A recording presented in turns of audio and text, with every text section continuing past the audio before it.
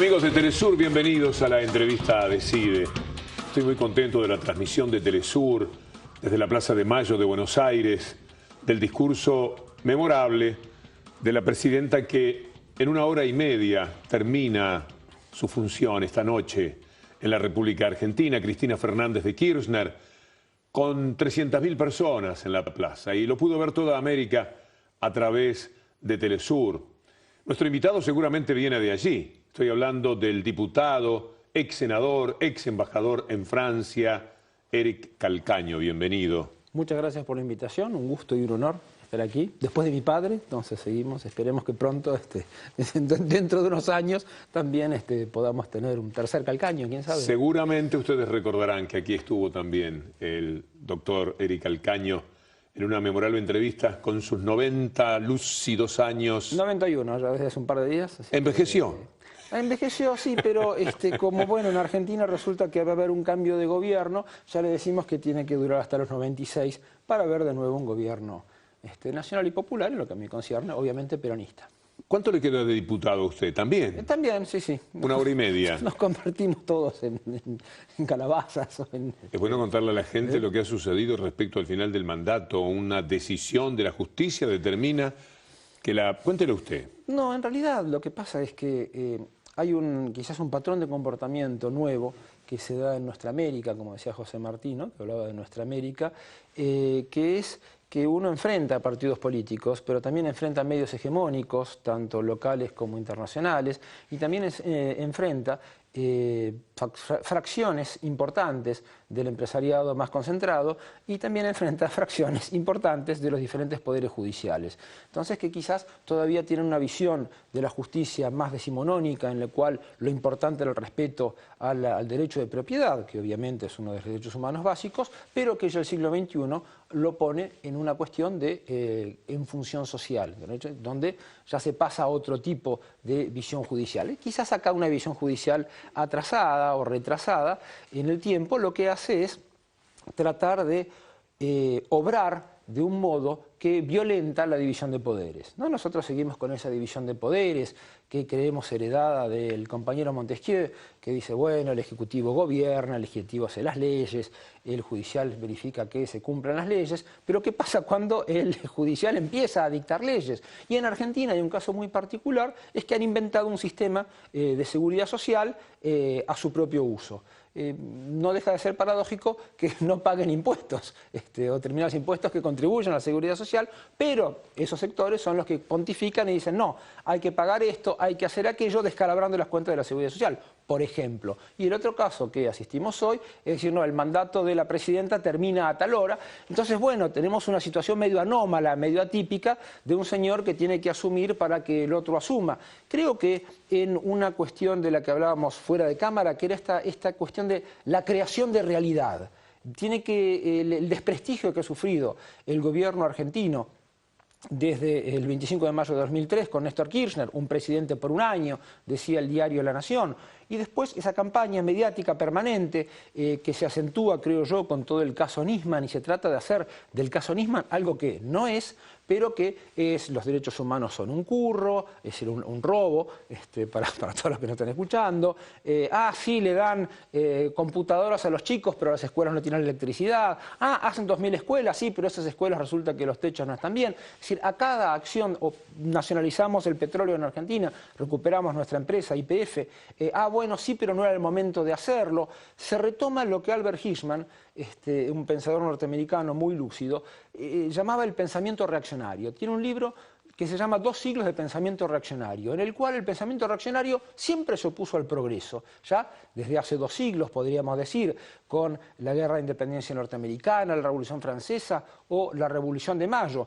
Pero si las reformas no son buenas, porque en realidad van a ser perjudiciales, ¿no? Ahora veremos una playa de economistas liberales explicarnos que la causa del desempleo son los altos salarios, por ejemplo.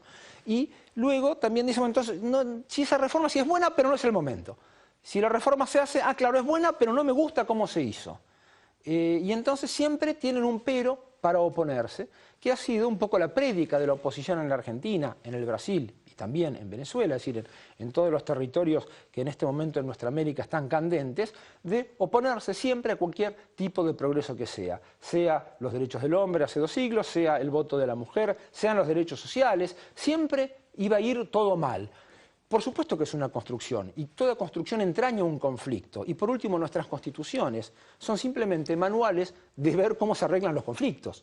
Y por eso nos apegamos tantos a las leyes, porque no tenemos más que el sufragio universal como modo de llegar al Estado.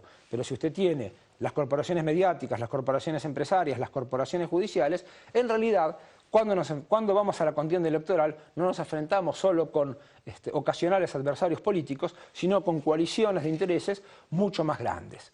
Recordemos aquella frase de Perón: me voy a preocupar el día que los diarios extranjeros hablen bien de mí. Y cuando uno ve quién ha visitado al nuevo presidente electo en Argentina, o lo bien que hablan algunos diarios, o que va a venir Obama, o que va a venir Hollande, o que van a venir todos, bueno, estamos contentos de las veces que venía a visitarnos Hugo Chávez Frías, de las veces que dio su conferencia ahí en la escalinata de la Facultad de Derecho un tal Fidel Castro, creo, hace un par de años, con un total desprecio por la seguridad. Cuando no me acuerdo en qué año fue específicamente, pero una charla en la escalinata de la Facultad de Derecho, un espacio abierto muy importante aquí en la ciudad de Buenos Aires. Preferimos la visita de Lula y, por supuesto, la visita de Evo que está hoy aquí. Esos gobernantes que se parecen a sus pueblos. ¿Qué va a pasar cuando los gobernantes dejen de parecerse a sus pueblos? Y no que el sufragio universal esté mal, hay que respetarlo. Nosotros pensamos que el pueblo siempre tiene razón, así que si por algo ha sucedido tal cosa, debemos interrogarnos de lo profundo de nuestra militancia política para ofrecerle a la sociedad propuestas de construcción de poder que respondan a sus problemas. Ahora, ¿cómo romper ese velo de creación, de realidad, que a fuerza de machacar y machacar, obtiene resultados? Bueno, ahí es donde nosotros tenemos que redoblar nuestros esfuerzos militantes, donde nos toque. Puede ser desde una embajada, puede ser del Senado, puede ser como diputado o puede ser como simple militante. Después de todo, uno está cansado de ver en las calles de Buenos Aires esas placas que dicen fulanito de tal, luchó con la pluma, esas cosas. Bueno, al fin y al cabo, no nos salimos del camino que nos han trazado nuestros padres y madres fundadores de hace 2 siglos. Siga, por favor. No, mire, yo soy parlamentario, por lo tanto usted me tiene que poner... En el Parlamento hay pocos principios, pero hay que saberlos. El primero es leerse el reglamento. Hay que leerse el reglamento y sabérselo de memoria. Porque el reglamento es, siendo yo de Estudiantes de La Plata, los reglamentos son importantes y uno tiene que saber cómo funciona el reglamento para poder llevarlo hasta el límite sin sobrepasarlo jamás. Pero cuando ganó el Grupo A, que hace un par de años, ganó la oposición aquí en Argentina, el Parlamento, algo quizás parecido a lo que pasa en Venezuela en estos momentos. Ese Parlamento opositor quería arrogarse las funciones del Ejecutivo, y son 2 funciones distintas, y están electos para cuestiones diversas. Y nosotros, siendo minoría, y yo era a la sazón presidente de la Comisión de Presupuesto del Senado, lográbamos dejar sin quórum las comisiones, estando en minoría. Es decir, si ellos se juntaban todos, nos podían imponer su voluntad, pero nunca lo lograron. Solo una sola ley fue vetada, que desfinanciaba precisamente el sistema de seguridad social que tanto nos había costado conseguir. Pero eso se logra cuando hay una comunión, cuando hay una unión, como dice Dolina, ¿no? Es en esa hermosa fábula sobre el fútbol que tiene el Ángel Gris. Un equipo de amigos que juega al fútbol es invencible, y si no lo es mejor la derrota con los amigos que la victoria con los indeseables. Por lo tanto, dado que vamos a jugar con los amigos y con los compañeros, el asunto es que el próximo partido juguemos mejor y que efectivamente tengamos esos resultados gracias al conocimiento del reglamento. Y la otra cuestión es no pasarse los minutos. Se prende la lucecita y uno tiene que decir por qué está bien nacionalizar YPF, por qué está bien tener los sistemas de agua y saneamiento públicos, por qué hay que oponerse a los fondos buitres en 10 minutos, o en 7 minutos, o en 5 minutos. O si es miembro informante, puede usted tener 20 minutos o media hora. Y, por supuesto, el intercambio, que es lo más interesante de la vida parlamentaria, con la oposición. Aunque bien sabemos que juegan con las cartas marcadas. ¿Cuántas veces hemos visto en el Parlamento grandes tenores de la oposición, de ambos sexos, por cierto, largarnos terribles diatribas? Nos han dicho de todo. Mirá, hasta dan ganas de hacer un diccionario ¿no?, de insultos que la oposición argentina le ha dado al gobierno argentino estos últimos 12 años, con sus respectivas definiciones y sus circunstancias, y ponerlos ahí. Y entonces terminaban esa diatriba y cuando uno les quería contestar se levantaban de la banca e iban a la televisión. E incluso un diputado de una supuesta extrema izquierda aquí en la Argentina faltó una sesión porque estaba en otro canal. Estaba en un canal, digamos, muy conocido de la oposición realmente existente. Entonces decías, no, flaco, pero te eligieron para que te sientes en la banca y por último que diga su opinión, aunque uno no esté de acuerdo. Pero precisamente en el Parlamento se debate, ¿no? Se discute. Lo que es imperdonable en los liberales, o en los neoliberales, o en los posliberales, o vaya a saber cómo llamarlos estos muchachos, es que conciben el conflicto como algo anómalo. Es una idea que viene de Durkheim, del sociólogo francés, que hablaba de la anomia, ¿no? Entonces todo desorden es anormal, todo tiene que ser normal. Hay una grieta, ¿no? Acá la grieta, la división, el kirchnerismo ha fomentado la división, ¿no? Eso decían en la época de Perón, cuando ahora los obreros se sublevan, ¿no? ¿Cómo les ha fomentado el odio de clases, ¿no? Que era lo mismo que pasó en Venezuela con Hugo Chávez. Es decir, no, antes todo estaba tranquilo y ahora se atreven, y ahora reclaman. ¿Cómo fomentan la división? En realidad se hace explícito una relación de poder que estaba implícita. Entonces, bueno, nos machacaron con la grieta, bueno, mucha gente creyó aquello de la grieta, está bien, pero ¿qué significa que no va a haber grieta? Que los que están del otro lado no van a poder hablar más. Digo, va a haber una cobertura, una protección mediática. Entonces todo va a ser lindo a partir de dentro de 24 horas aquí en la Argentina. Es decir, de la incapacidad de asir el conflicto es que salen las cuestiones más agresivas y más jodidas desde el punto de vista de la vida en sociedad. Porque si yo desconozco el conflicto, desconozco también la manera de solucionarlo. O naturalizo, ¿no? Los negros son así, ¿no? Es natural. Y cuando uno ve los apellidos del gabinete de Mauricio Macri, bueno, vuelven los grandes apellidos ilustres. Y uno piensa, acá no es una cuestión únicamente de debate democrático, sino que esta gente, al no poder asir el conflicto, al no poder entenderlo, lo que van a hacer es directamente naturalizarlo y decir, no, son resentidos, hicieron esto mal, no trabajan. He leído declaraciones de algunos diputados de la oposición venezolana que dicen que ellos se van a fijar en todos los que trabajan en la Asamblea Nacional Venezolana para que los que trabajen sigan cobrando sueldo, pero los otros no. Que es lo mismo que está diciendo acá el gobierno recientemente electo. Entonces se ponen desde una posición ahistórica, sin espacio, sin lugar, y desde ahí pontifican, dicen, y guay del que se rebele. Dentro de 1 hora y 45 minutos usted va a estar sin trabajo de momento. Bueno, ¿le gustaría podré ser escribir conferencista? Sí. Y yo su manager. No, por favor, yo desde ya, yo firmo ahora, pero que sea la inversa. Que sea la inversa. Hacemos una pausa y enseguida continuamos conversando con Eric Calcaño, diputado por un rato más, ex senador, ex embajador en Francia. Y junto a su padre, como ya les conté cuando estuvo don Eric Calcaño, un hombre que me provocaba un inmenso alivio con lo que escribía en los tiempos del neoliberalismo en la República Argentina. Y uno sentía un gran alivio, el que muchas veces ustedes sienten frente a aquellas personas que nos ayudan a pensar y que están diciendo algo que tenemos aquí, que nos damos cuenta, pero que no sabemos sacar totalmente afuera. Y están los que pueden pensar por nosotros para ayudarnos de alguna manera, darnos el alivio de que personas preparadas, muy capacitadas, puedan también tener espíritu de lucha y no dejarse devorar por el sistema, aquel del neoliberalismo, y dar una lucha que ha sido tan provechosa en estos 18 años de Venezuela, en estos 12 años de la Argentina, en este promedio de aproximadamente 10-12 años de toda nuestra América Latina. Enseguida volvemos. En la entrevista Decide, aquí en Telesur, esta noche nos acompaña el diputado Eric Calcaño. De todo lo que ha señalado en la primera parte del programa, me quedó la sensación de que usted piensa que Estados Unidos ha vuelto a esta parte de América con predominio.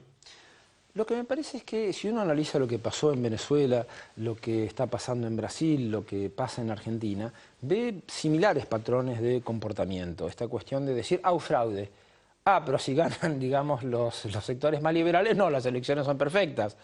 ¿Qué hubiera pasado si los resultados en Venezuela eran al revés? Oh, Dios mío, la flota ahí a unos cuantos kilómetros. Obtuvieron la certeza de manejar la Asamblea Nacional ¿Sí? por una representante que ganó por 83 votos. Bien, pero van a tener una oposición. Y la calidad institucional de un país también se mide por la calidad de su oposición. Es un poco lo que le estamos diciendo a nuestros ocasionales adversarios aquí en Argentina. Ahora van a saber lo que es una oposición. Todo esto viene de un artículo de un personaje muy conocido, que es Marx, que se ganaba la vida escribiendo artículos para los diarios norteamericanos, y en uno de ellos, hablando de política inglesa, dice: la calidad institucional de un país se mide a la calidad de su oposición parlamentaria. Por lo tanto, estén seguros que vamos a hacer muy buena calidad institucional en estos años, hasta, por supuesto, volver, y esperemos que ellos sean una buena oposición dentro de los 4 años reglamentarios, por supuesto. Patrón de comportamiento, creación de realidad. Una cuestión de infundir un mensaje y repetirlo centenares de veces. Como no se puede argumentar, como la dimensión simbólica es muy pequeña, lo que se trata de decir es, bueno, hay un hecho, esta es la explicación de este hecho, esta es la consecuencia. Y entonces se apela a esa simpleza, como en la Argentina conocimos el un peso, un dólar, por ejemplo, para tomar determinados casos y que esos casos vayan contra las políticas de gobierno que son las más eficaces. Y orodar, esmerilar, limar todos los resultados para sembrar la duda. Bueno, y nosotros también tenemos que saber contestar, porque así como ahí podemos escribir, mi padre y yo también necesitamos gente que lo comunique y que lo diga y que además asuma todas las consecuencias que eso trae. No estamos del lado mañeto de la vida, por supuesto que no. Estamos del lado luminoso, pero es un lado complejo, difícil. Recordemos en Casablanca, cuando le preguntan a Rick Blaine, ¿usted traficaba armas para los republicanos? Le dijo, sí, pero el lado de los franquistas hubiera pagado más. Soy malo para los negocios, dijo. Entonces, bueno, nosotros somos malos para los negocios, pero estamos del lado correcto. Y ese lado correcto implica analizar que esta creación de realidad en base a 2 o 3 elementos, la creación de un universo culpabilizando, por ejemplo, el caso Nisman en Argentina, se resumía en el fiscal que investigaba a la presidenta apareció muerto. Entonces ya está, el caso estaba entendido y juzgado, y los propios medios, arrogándose el rol de poder judicial, detectaban el caso, acusaban, instruían, procesaban y condenaban, sin más trámite. Y cuando hay una justicia, y ustedes lo sabían, y cuando hay una justicia proclive a eso, pues pueden silenciar voces, pueden cortar calles, pueden sacar programas, nos dicen. Tenemos un mundo orwelliano, desde ese punto de vista es muy interesante, porque dicen, defendemos la libertad de expresión, pero lo primero que vamos a hacer es sacar un programa de televisión. No, ustedes no van a perder ninguno de los derechos adquiridos. Ahora, hubo un 30% de aumento de precios en las últimas 2 semanas en Argentina, porque los principales referentes del gobierno que va a asumir dijeron que iba a haber una gran devaluación. Es como gritar incendio, incendio en un cine, ¿qué va a haber? Una estampida. Entonces, esa creación de realidad hace recordar un poco lo que fue, no sé si usted recuerda todos esos cambios de régimen que hubo en Europa del Este, que tenían la Revolución Naranja, la Revolución de Terciopelo, la Revolución de tal color, de tal otro, que más o menos seguían al mismo patrón. No que esos regímenes no tuvieran que tener una evolución hacia formas democráticas y participativas, pero toda esa acción, lo que derivó la disolución, por ejemplo, de la Unión Soviética del bloque del Este, fue una guerra civil de decenios. Entonces, no es que cuando el Estado se retira es la sociedad de los individuos libres que aparece. Lo que aparece son las mafias y el caos. Y el Estado es importante. Ahora, el Estado puede servir para la justicia social y la soberanía, o puede servir para simplemente captar parte del excedente y girarlo a los centros, que es lo que se vislumbra un poquitito y es lo que señalaba recién la presidenta cuando escuchaba el aleteo de los buitres. Y ese patrón de comportamiento de la oposición en Venezuela, apelando a parte de la justicia, apelando a parte de los medios, apelando a las empresas, ese patrón de comportamiento en Brasil, donde también son los medios, es una determinada justicia, ese patrón de comportamiento en Argentina, y bueno, todos leyeron el mismo librito. Y uno siempre por internet puede buscar algún manual de acción psicológica, o en inglés se dice psychological warfare, eso es guerra psicológica, y una acción psicológica es una acción hostil. Entonces, reconozcamos que lo que se hace, que era lo que hicieron con Salvador Allende, El diario El Mercurio titulaba va a faltar la leche. No faltaba leche, pero va a faltar leche en polvo. Entonces todo el mundo iba y compraba, ¿no? Va a faltar tal cosa, todo el mundo iba y compraba. Y bueno, esos son los medios para crear realidad, que es la suprema forma de poder, que es el poder que uno lo cree que hace naturalmente. No si es verdad lo vi en la tele, ¿no? Cuando uno sabe pertinentemente que nosotros estamos acá en Telesur, sabemos de dónde hablamos, qué es lo que decimos, qué defendemos, qué autocrítica nos hacemos y nos tenemos que hacer para poder ser mejores frente a nuestras sociedades el día de mañana. Pero del otro lado no, es la verdad revelada. Es decir, vamos a respetar los puestos de trabajo, pero este periodista lo ha hecho. Vamos a respetar la libertad de expresión, pero ese programa no va más. Es Orwell, ¿no?, que decía la guerra es la paz, el odio es el amor. Bueno, es todo eso, la grieta, no va a haber más grieta porque se va a limar todo eso, y uno piensa en esas cuestiones del nation building o de la construcción de naciones que tanto desastres ha traído, en particular en Medio Oriente, en el cual uno piensa que debe haber 4 o 5 personas a miles de kilómetros de ahí diciendo, bueno, este país va a ser así, asá, va a tener estas fronteras, lo cual no solo es gravoso para los pueblos que lo sufren, sino que impide combatir eficazmente las formas de terrorismo que actualmente existen y que sufrimos todos en el mundo. Es decir, también hay que entender qué parte tiene el otro, incluso para poder vencerlo. Pero bueno, para eso hay que estudiar, para eso hay que salir del esquema de Guerra Fría. Y si a nosotros nos tratan como si todavía la Guerra Fría estuviese vigente, no solo va a ser gravoso para nuestros pueblos, sino que tampoco le va a convenir mucho a los centros. ¿Hay retornos? Retornos. De esta democracia progresista que tuvimos este año. ¿Quedan bases? Sí, porque me parece que la sociedad ha logrado crear lazos. En la Argentina, la dictadura militar del 76 al 83 fue muy grave porque deshizo ese tejido social que existía, que estaba dado desde la sociedad de fomento hasta los sindicatos, hasta los partidos políticos, hasta la rica vida partidaria y el debate que podía existir en ese momento, pero me parece que en todos estos años se ha reforzado un montón tanto desde los sectores sociales como de los partidos políticos, como también de los sindicatos en Argentina, que son una fuerza importante, quizás que no tiene todavía la representación política que merece, pero que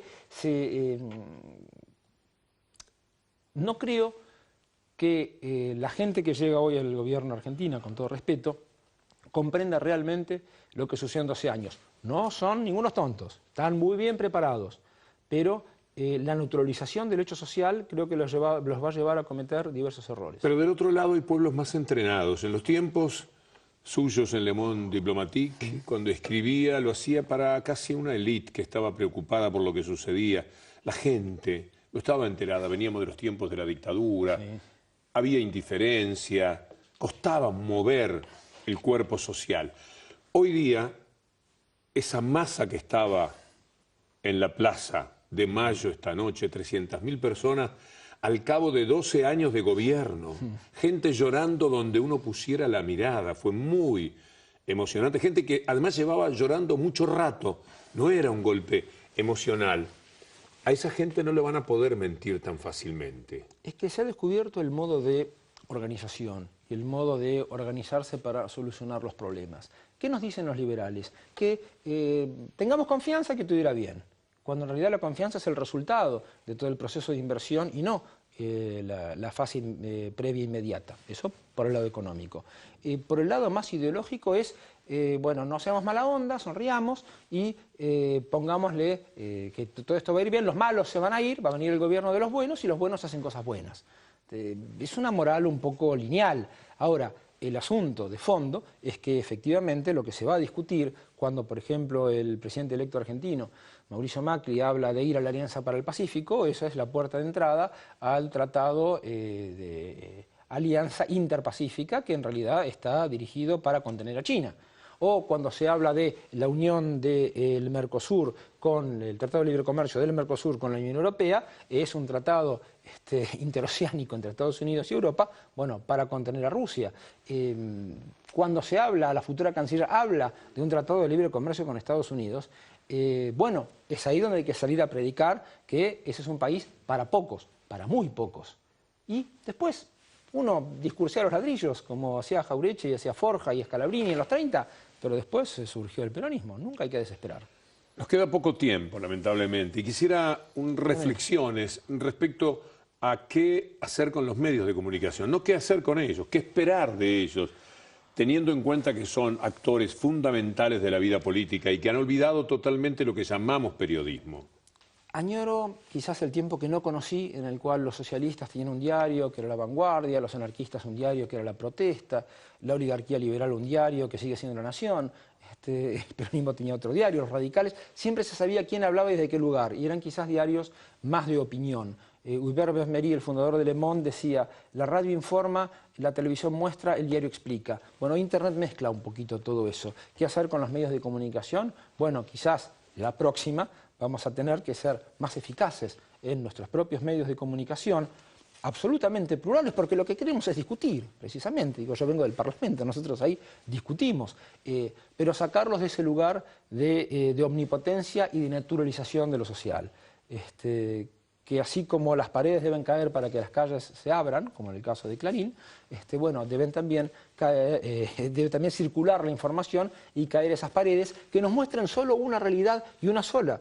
Si nosotros no logramos demostrar que esa creación de realidad es gravosa para el interés nacional y jodida para los individuos... ¿Sabe lo que hicieron esta noche?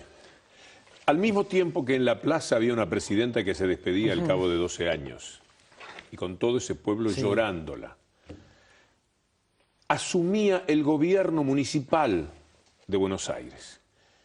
La cadena, que yo llamo del odio, estaba transmitiendo ese acto municipal e ignorando todo lo que pudo ese inmenso episodio espiritual, político, sociológico que se estaba dando en la plaza. Es que no lo entienden y no se dan cuenta de todo lo que ha sucedido en todo este tiempo. Son un poco como los Borbones, que vuelven después de la caída, hace 2 siglos, año por año, después de la caída de la Revolución Francesa y del Imperio Napoleónico, vuelven y un escritor decía: estos no olvidaron nada ni aprendieron nada. Bueno, frente a eso, y en el caso que usted cita del gobierno municipal, los federales siempre hemos tenido problema con los unitarios. Nada más que ahora federales tenemos en Venezuela, en Brasil, en Bolivia, en un montón de países más. Así que bueno, no hay que desesperar, muchachos. Vamos a... Eric Calcaño, muchas gracias. Gracias a ustedes. Amigos de Telesur, nos reencontramos, si Dios quiere, mañana con la entrevista de CIDE, aquí en Telesur.